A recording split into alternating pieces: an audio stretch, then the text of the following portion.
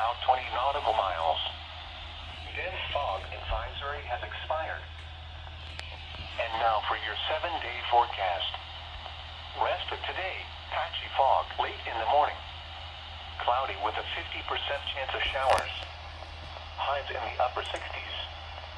East wind 5 to 15 Working on miles my per hour. scenario. Tonight, cooler. Cloudy with a 20% chance of showers. Areas of fog after midnight.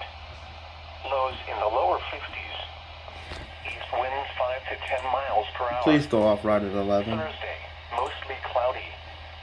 Areas of fog in the morning. Slight chance of showers and thunderstorms in the morning.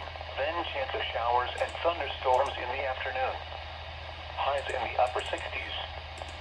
South winds 5 to 20 miles per hour. Chance of precipitation 50%. Thursday night, showers and thunderstorms likely in the evening. Then showers and thunderstorms after midnight. Lows in the upper 40s. South winds 5.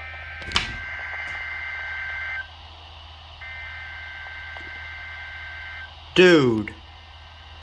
Oh, fail. Come on, LCH.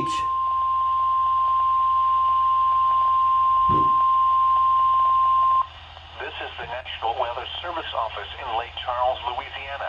My alarm didn't go. There it Was is. a test of the NOAA weather radio warning alarm system for radio stations serving southeast Texas and southwest Louisiana. During potentially dangerous weather situations across I set the area, alarm on. What the alarm sounds heck? you just heard would be activated and immediately followed by information about the impending hazard.